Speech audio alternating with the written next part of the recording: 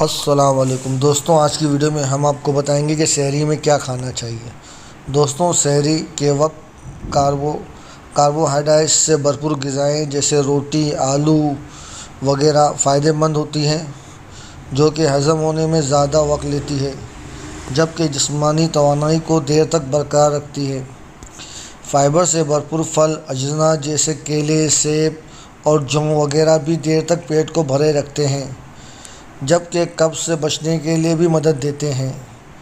تاہم ان کی زیادہ مقدار کھانے سے بھی گریز کرنا چاہیے، ورنہ پیاس زیادہ لگ سکتی ہے۔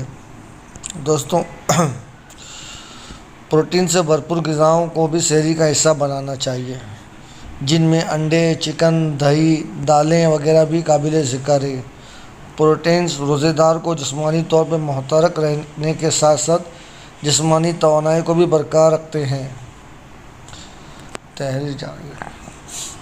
زیادہ پانی والی غذائیں، مشروبات وغیرہ بھی سحری میں حصہ بنائے جا سکتے ہیں۔ کھیرے، ٹماٹر اور پانی وغیرہ دن بھر میں جسمانی طور پر سست نہیں ہونے دیتے۔ دوستوں، امید کرتا ہوں میری یہ ویڈیو آپ کو پسند آئی ہوگی۔ ملتے ہیں نیکسٹ ویڈیو میں، جب تک کے لیے اللہ حافظ۔